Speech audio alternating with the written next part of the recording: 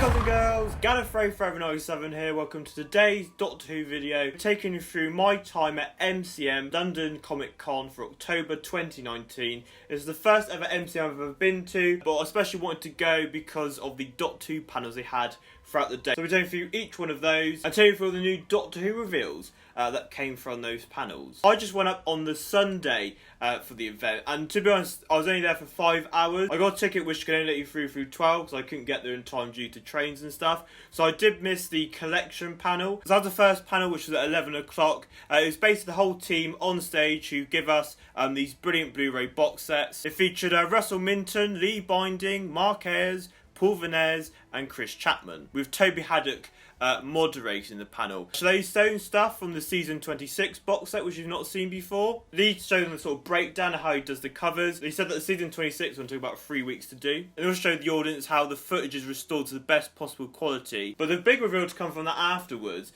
was that season 12, the first one they released, is getting a re-release. These all are limited edition ones, but the season 12 one went straight away. People started collecting them, and they've always missed out on the season 12 one because it went out so quickly. The figures that people stick on the eBay stuff is just mental. So it's kind of a thing against that, really. So it will be a limited run, so if you haven't got your chance to, you will get another chance to get the season 12 box set featuring Tom Baker's first season. I'm not sure if there will be any differentiation between the original and this re-release. It might just be a straight up re-release, who knows? We'll have to wait and see. On to the second panel, which was the animation panel, which had an array of people behind the animation stuff. So we had Russell Minton, Mark Ayres, Fraser Hines, who obviously played Jamie, Anne-Marie Walsh and Gary Russell. The panel was once again moderated by Toby Haddock. So initially it was giving us a breakdown of the faceless ones. We got some exclusive clips. We got to take you through how the audio was done. But on top of all that, they also announced what they're going to be doing as well in 2020, which is Fury from the Deep. How fantastic is that? It's one of those stories like the Dalek Master Plan and stuff like that people have wanted to see for ages. It was very funny because I was sat next to an Ultra Whovian and we both went in together, and there's a few people I knew sort of to the left of me. It was literally like being in San Diego Comic Con. I know they released a teaser on that later online, but when that initial thing happened, you see like the teaser images, because we didn't know what it was. Like the people obviously watching on YouTube, you all probably knew obviously what it was by the title, but we didn't. So I was going in and they see these like suspicious shots, and it's like, oh, and they see the bubbling stuff, it's like, I've gotcha, I know what you are. But yeah, we got to see some breakdown scenes, some character art stuff, really fantastic. But it sounds like now they've got 2 teams, so I don't know how that's going to affect the releases going forward. So maybe getting 2 a year now due to them sort of outsourcing it to another team. I think it looks slightly different animation compared to the faceless ones.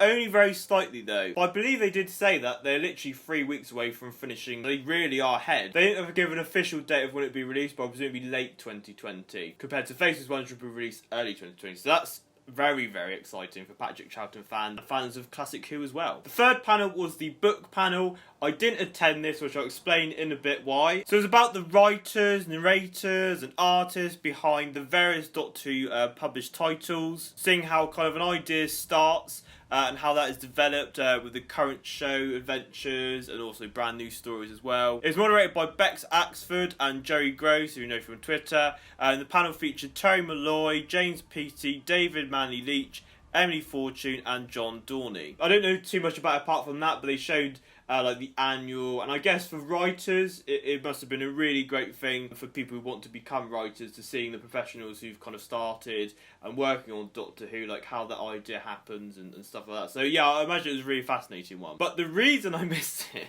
was because I was queuing to play the VR game for Doctor Who The Edge of Time, which I also missed that pan as well because I was playing it at that point. The Edge of Time is a new VR game which you can get on PlayStation, Oculus Rift and other platforms like that, where you go through the worlds of Doctor Who, you come against the Daleks, the Weeping Angels, you get to find the TARDIS. And I say, I missed the panel, but I did queue and play it for about 10 minutes. So you start off in the TARDIS, you can have this playback game where you see what dials you have to press and sort of redo it. takes you a while to get the hang of it. And then there's another thing where you have to walk along outside the TARDIS. You are fully immersed into this world. My favourite part was when you're sort of looking out into space. So the TARDIS is in space, but you get to see a planet and all the stars from a distance. So you open the door and you can look out, and then I was sort of doing this, like sort of looking out the actual police box. Thank you to Tim at AK Beef on Twitter and YouTube, who got photos of me playing it, which is just funny to see because obviously you're immersed. Kind of forget about the outside world. So thank you for those photos and other photos in this video. Got this awesome poster which you can see here.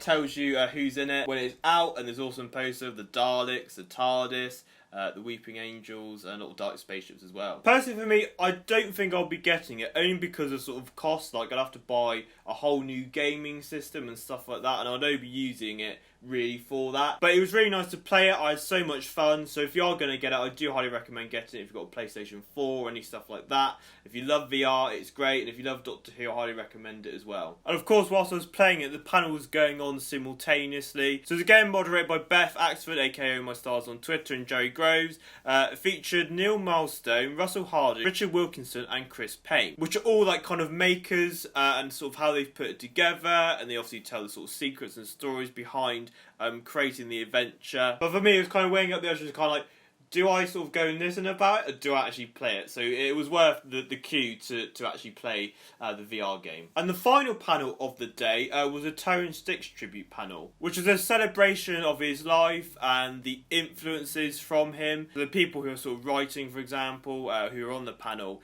including Paul Cornell, Emma Reeves, Mike Tucker, Matthew Sweet, who moderated it, and also Katie Manning, who of course was companion Jane Grant, so they had a close bond. It was really nice to hear it from their perspective, like their personal experiences meeting him and how they had such an impact on their lives. They basically read a kind of extract from their favourite books.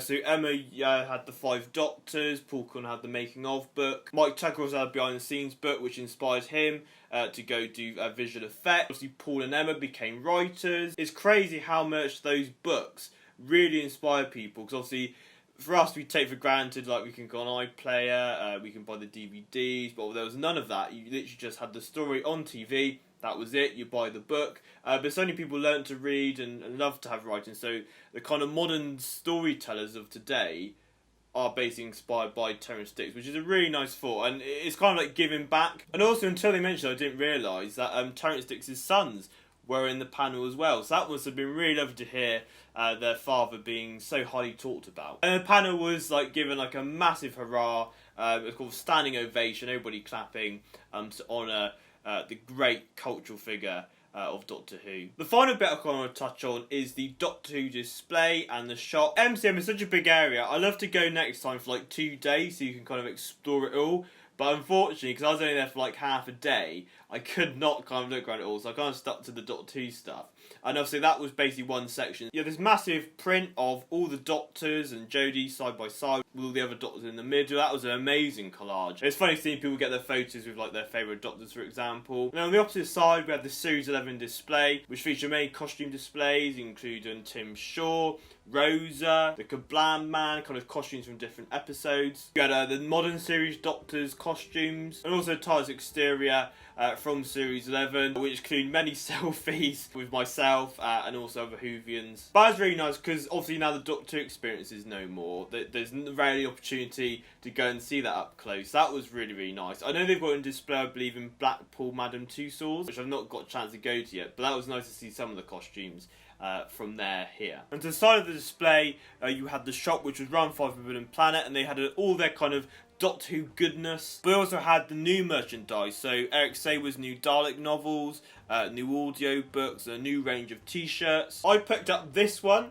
which is the Gallifrey one. This is like the High Council of Time Lords, and it's got the Rassilon symbol in the middle. I think I'll be saving this till next month when I go to London again for the BFI event and the Quiz of Rassilon, which I think this will be the perfect time to wear this. Overall, it seemed like an amazing event. As I didn't experience that much of the MCM itself, but Doctor Who wise, it was just sort of filled to the brim. Really, really fun day. Lovely to catch up with everybody. Thanks to the people who came up to me who recognised from YouTube. It was nice to go to an event and actually not do any photo shoots or autographs, because there's no guests there, Doctor Who wise, that I wanted to meet, for example. So it was a nice chilled day. It was a shame I actually didn't get to do most of the panels, only did sort of the 2. But what has come from them is really, really great, and obviously for next year, with the season 12 box set and also the announcement of the new animation Through from the Deep. It's a great insight to see the stuff we love and sort of see people who actually just have dedication and love for the show.